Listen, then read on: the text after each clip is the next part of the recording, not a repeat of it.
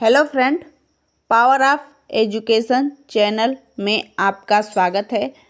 आशा करती हूँ कि स्वस्थ एवं मस्त होंगे। आज हम नए टॉपिक के साथ, नए जुनून के साथ वीडियो लेकर आई हूँ। आशा करती हूँ कि ये वीडियो आपको बहुत ही पसंद आएगी।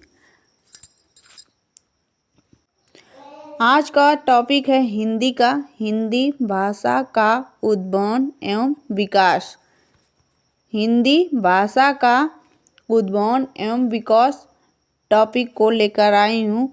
हिंदी भाषा व लिपि के बारे में भी इस वीडियो में जानेंगे। हिंदी राजभाषा है। हिंदी के भाषा परिवार को सीखेंगे, जानेंगे। हिंदी भाषा का प्रादुर्भाव को भी जानेंगे। तो चलिए बिना समय देर किए हुए ही इस वीडियो को स्टार्ट करते हैं। भाषा क्या है? भाषा क्या है? भाषा वह साधन है जिसके द्वारा हम अपने विचारों का आदान प्रदान कर सकते हैं।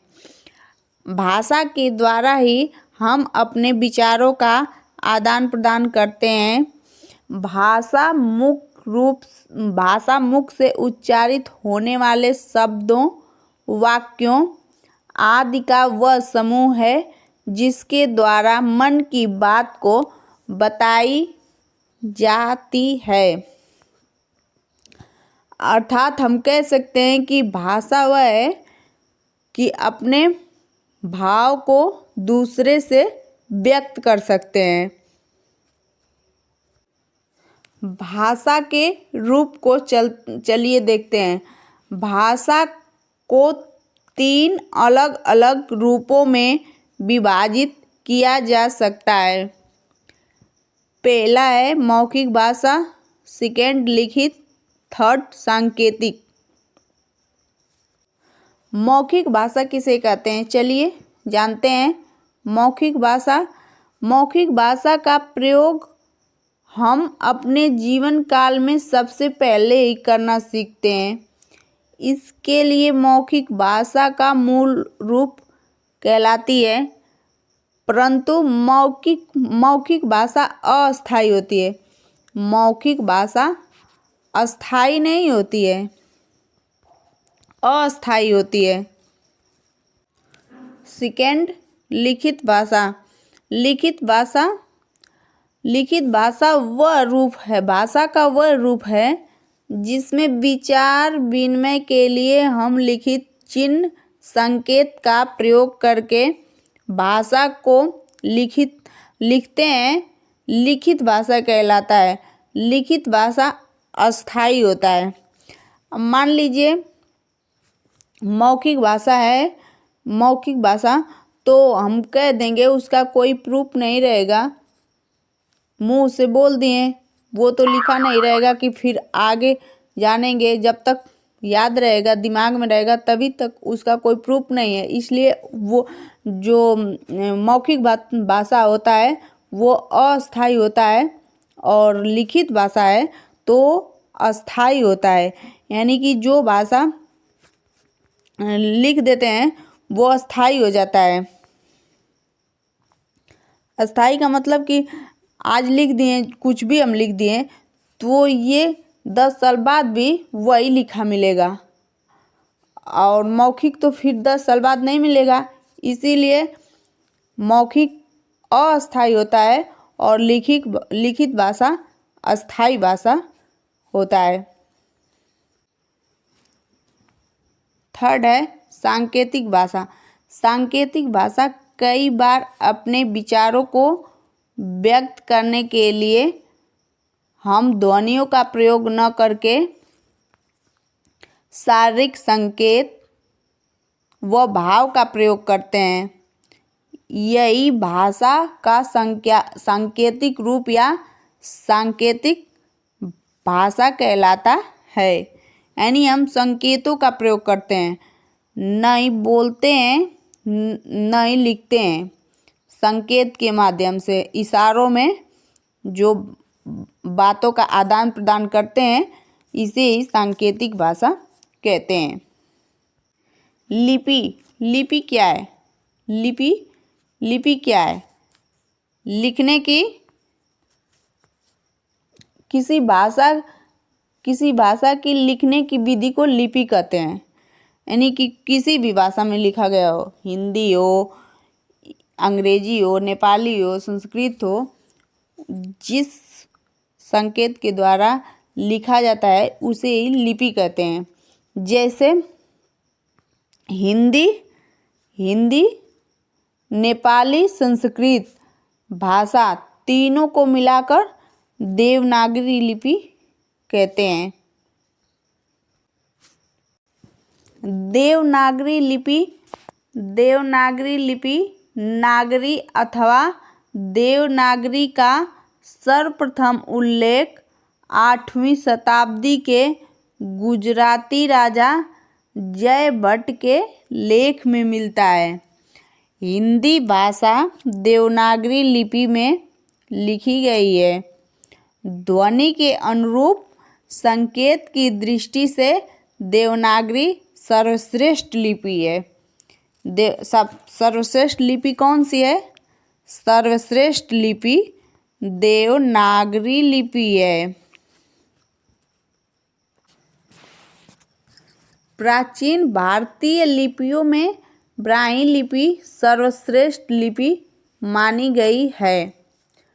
डॉक्टर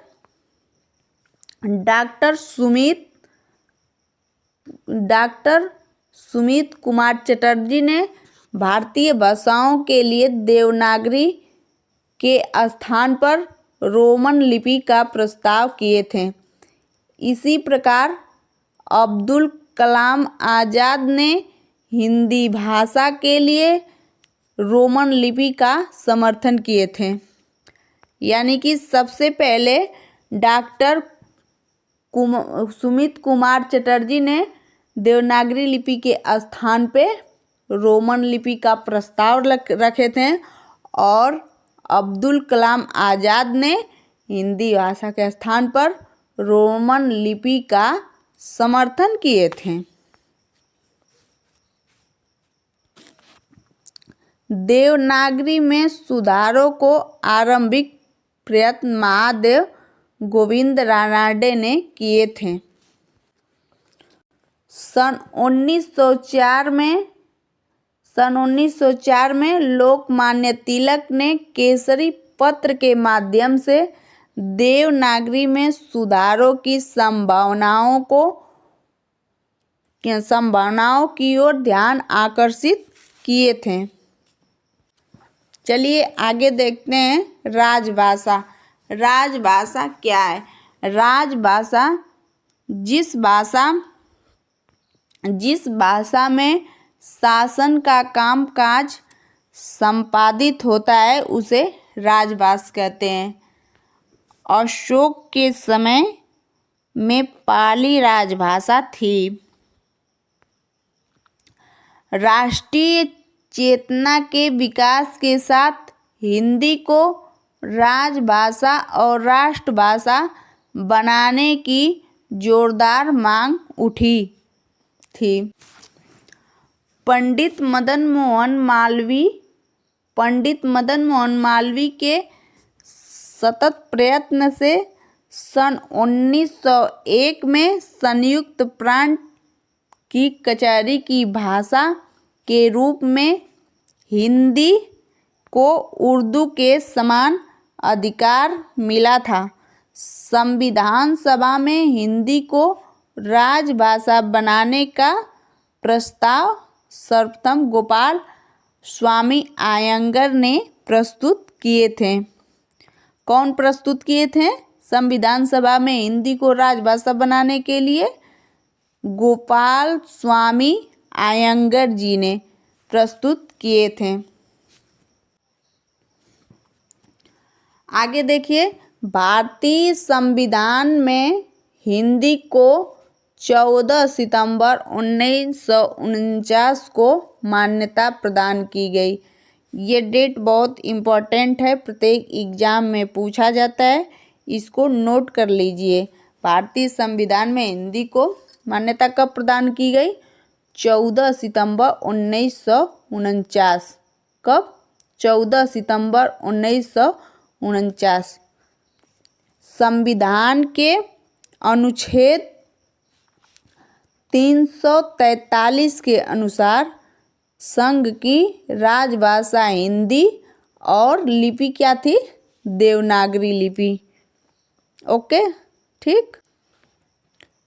संविधान के अनुच्छेद 343 के अनुसार क्या था? हिंदी राजभाषा और लिपि कौन थी सी? देवनागरी लिपि। याद कर लीजिए, देवनागरी लिपि। संविधान के अनुच्छेद 344 में राजभाषा संबंधित आयोग और संसद की समिति का उल्लेख है। किस अनुच्छेद के अनुसार आयोग और संसद की समिति का उल्लेख है? संविधान के अनुच्छेद 344 के अनुसार। राजभाषा आयोग के प्रथम अध्यक्ष कौन थे? राजभाषा आयोग के प्रथम अध्यक्ष बाल गंगाधर खरे थे। आयोग की प्रथम बैठक कब हुई? आयोग की प्रथम बैठक 15 जुलाई 1955 को हुई थी। ठीक, आगे देखिए। भारत की राजभाषा हिंदी एवं अंग्रेजी दोनों है। कौन सी भाषा है? हिंदी और अंग्रेजी दोनों क्या है? राजभाषाएं। राजभाषा हैं क्योंकि संविधान के अनुच्छेद 120 धारा 1 भाग 17 के अनुसार अनुच्छेद 348 के उपबंधों के अधीन संसद का कार्य हिंदी या अंग्रेजी में किया जाता है। किस भाषा में संसद का कार्य किया जाता है? हिंदी और किस भाषा में? अंग्रेजी। दोनों भाषाओं में संसद का कार्य किया जाता है। आगे देखिए। संविधान के अनुच्छेद 350 को प्राथमिक स्तर पर मातृभाषा में शिक्षा सुविधाओं का उल्लेख है। हिंदी भाषा भारोपीय परिवार से लिया गया है। किस परिवार से हिंदी भाषा लिया गया है? भारोपीय परिवार से। ये हमेशा प्रत्येक एग्जाम में पूछा जाता है, ये याद कर लीजिए। किस परिवार से? भारोपीय परिवार से। हिंदी भाषा का प्रादुर्भाव को चलिए आगे देखते हैं। इसके कुछ पॉइंट हैं, देख लेते हैं, फिर उसके आगे भी देखेंगे। फर्स्ट पॉइंट क्या है? प्राचीन भारतीय आर्य भाषा काल 1500 से 500 ईस्वी तक माना गया है। कब माना गया है?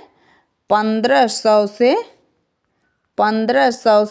500 ईस्वी पूर्व तक माना गया है। इस अवधि में संस्कृत बोलचाल की भाषा थी। कौन सी भाषा बोलचाल की थी? बताइए। संस्कृत भाषा बोलचाल की भाषा उस समय थी। कौन सी थी? संस्कृत भाषा थी। संस्कृत भाषा के कितने रूप हैं? संस्कृत भाषा के मुख्य रूप से 2 रूप। पहला वैदिक संस्कृत, सेकेंड लौकिक संस्कृत। थर्ड पॉइंट देखिए हिंदी भाषा के प्रादुर्भाव में। थर्ड पॉइंट क्या है? संस्कृत बोलचाल की भाषा कालांतर परिवर्तित होकर पाली के रूप में विकसित हुई। पाली का मानक रूप बौद्ध साहित्य में उपलब्ध है। किस भाषा में परिवर्तित हुई? पाली भाषा में, और पाली भाषा का मानक रूप क्या है? बौद्ध साहित्य। पाली भाषा का मानक रूप बौद्ध साहित्य है। फोर्थ पॉइंट देखिए, फोर्थ पॉइंट है पाली की बोलचाल की भाषा से प्राकृतिक रूप से इस अवधि में सौरसेनी, पैचासी, ब्राह्मण, महाराष्ट्री, मगही और अर्ध मगही दिन क्षेत्रीय बोलियां विकसित हुई। आगे चलकर प्राकृतिक भाषा की विभिन्न बोलियों में विकसित हुई, जो अपभ्रंश के बोलियों के रूप में प्रस्तुत हुई। अपभ्रंश का समय काल कितना है? अपभ्रंश का समय काल 500 से 1000 ईस्वी पूर्व है। अपभ्रंश और पुरानी हिंदी के मध्य समय को क्या कहते हैं? संक्रांति काल कहते हैं। कौन सा समय काल? संक्रांति काल किस काल को कहते हैं? अपभ्रंश और पुरानी हिंदी के बीच वाले काल को क्या कहते हैं? संक्रांति काल कहते हैं। कौन सा काल कहते हैं? संक्रांति काल कहते हैं। संक्रांतिकालीन भाषा को चंद्रधर शर्मा गुलेरी ने पुरानी हिंदी कहा है। चंद्रधर शर्मा ने संक्रांति हिंदी को क्या कहे हैं? पुरानी हिंदी कहे हैं। पुरानी हिंदी को क्या कहा जाता है? पुरानी हिंदी को संक्रांति काल की भाषा है। सौरसेनी अपभ्रंश से पश्चिमी हिंदी, राजस्थानी, पहाड़ी और गुजराती भाषाओं का उद्भव यानी कि विकास हुआ। पैचासी अपभ्रंश से पंजाबी, ब्राह्मण अपभ्रंश से सिंधी, महाराष्ट्र अपभ्रंश से मराठी भाषा का उद्गम हुआ। यानी 85 से पंजाबी और ब्राह्मण अपभ्रंश से सिंधी का उद्भव हुआ, और महाराष्ट्री अपभ्रंश से मराठी भाषा का उद्भव हुआ। मागधी अपभ्रंश से बिहारी, उड़िया, बंगाली और असमिया भाषाओं की उत्पत्ति हुई। मागधी अपभ्रंश से किस भाषा की उत्पत्ति हुई? मागधी से बिहारी हुई, बंगाली हुई, उड़िया का हुई और असमिया भाषाओं की उत्पत्ति हुई। अर्ध मागधी अपभ्रंश से पूर्वी हिंदी का उद्भव हुआ। अर्ध मागधी से पूर्वी हिंदी का उद्भव हुआ। आगे चलिए देखते हैं। हिंदी की 5 उपभाषाएं हैं। कौन कौन है? चलिए देखते हैं 5 उपभाषाएं कौन कौन है। फर्स्ट है पश्चिमी हिंदी, सेकेंड पूर्वी हिंदी, थर्ड राजस्थानी, फोर्थ पहाड़ी, फिफ्थ बिहारी। भाषा परिवार को देखते हैं। भाषा परिवार विश्व की लगभग 7,000 भाषाओं को 12 मुख्य भाषा परिवारों में विभक्त किया गया है। चलिए नीचे देखते हैं कौन सी वो 12 भाषा परिवार हैं। 12 भाषा परिवार के नाम निम्न हैं, जो नीचे निम्नलिखित लिखे गए हैं। देखिए, पहला है भारोपी परिवार। फर्स्ट क्या है? भारोपी परिवार। सेकेंड द्रविड़ परिवार। तीसरा चीनी परिवार। चौथा सेमेइट। पांचवा हेमेइट। छठा आग्नेय। सातवां यूराल आल्टाक। आठवां बाटू। नौवां अमेरिकी।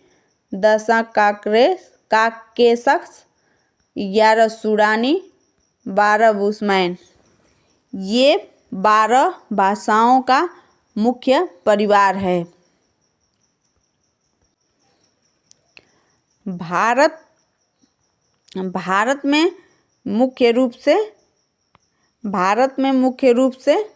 भारत में संसार के 4 भाषा परिवारों की भाषा बोली जाती है। कितने भाषा बोली जाती है?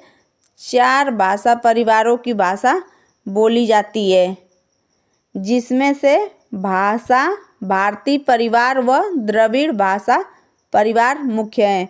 उत्तर भारत की अधिकांश भाषाएं अंग्रेजी, जर्मन, फ्रांसीसी, रूसी, फारसी एवं ग्रीक आदि भाषाओं को भारोपी परिवार की भाषा माना जाता है।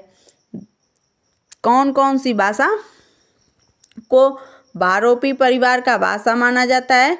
अंग्रेजी, कौन कौन सी भाषा? अंग्रेजी, जर्मन, फ्रांसीसी, रूसी, फारसी, ग्रीक आदि भाषाओं को भारोपी परिवार की भाषा माना जाता है। दक्षिणी भारत में बोली जाने वाली भाषाएं जो हैं द्रविड़ भाषा परिवार की भाषाएं हैं। चलिए कुछ इम्पोर्टेंट मेन पॉइंट को देख लेते हैं जो लगभग प्रत्येक एग्जाम में पूछे जाते हैं, हिंदी भाषा उद्भवन विकास से संबंधित हैं। इन टॉपिक को हम एक लाइन में देखते हैं। यहाँ से प्रश्न परीक्षाओं में हूबहू बनते हैं, इसलिए ये भी वेरी इम्पोर्टेंट है। इनको ज़रूर देखिएगा एवं नोट कीजिएगा एवं याद कीजिएगा। पहला पॉइंट है, हिंदी भाषा का विकास देवनागरी से हुआ है। हिंदी भाषा का विकास किस लिपि से हुआ है? देवनागरी लिपि से हुआ है। हिंदी दिवस कब मनाया जाता है? हिंदी दिवस 14 सितंबर को मनाया जाता है। हिंदी का पहला समाचार पत्र कौन सा है? उतंड मार्तंड है। रामचरितमानस किस भाषा में लिखा गया है? ये बराबर एग्जाम में पूछा जाता है। रामचरितमानस अवधी भाषा में लिखा गया है। तुलसीदास जी की कृति विनय पत्रिका किस भाषा में है? तुलसीदास जी की कृति विनय पत्रिका ब्रज भाषा में है। ये भी हमेशा पूछा जाता है, विनय पत्रिका किस भाषा में है? ब्रज भाषा में है। देवनागरी लिपि की उत्पत्ति किससे हुई है? ब्राह्मी लिपि से हुई है। ये भी पूछा जाता है। आगे है इम्पोर्टेंट पॉइंट है, भारत में कुल 22 भाषाएं हैं, 18 बोलियां, 5 उपभाषा है। ऊपर वीडियो में बताई हूँ 5 उपभाषाओं के नाम। कमेंट में लिख दीजिए अब कि क्या बताएं ऊपर 5 उपभाषाएं। और हिंदी फारसी भाषा का शब्द है। हिंदी किस भाषा का शब्द है? अगला पॉइंट है, इम्पोर्टेंट है, हिंदी फारसी भाषा का शब्द है। अगला पॉइंट है, भाषा के मुख्य रूप से 3 रूप हैं। कौन कौन से? आगे बताई हूँ सबसे पहले ही वीडियो में, मौखिक, लिखित, सांकेतिक। आगे है, भाषा परिवारों की संख्या 12 है। अब ये भी बताई हूँ। वो 12 कौन है?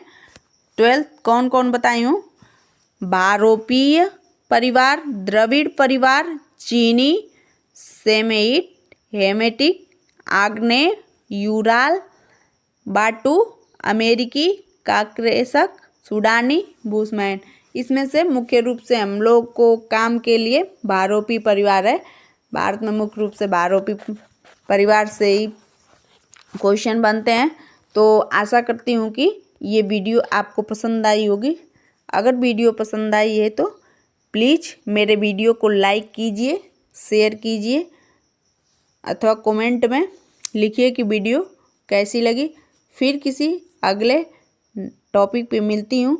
तब तक के लिए धन्यवाद। नमस्कार दोस्तों।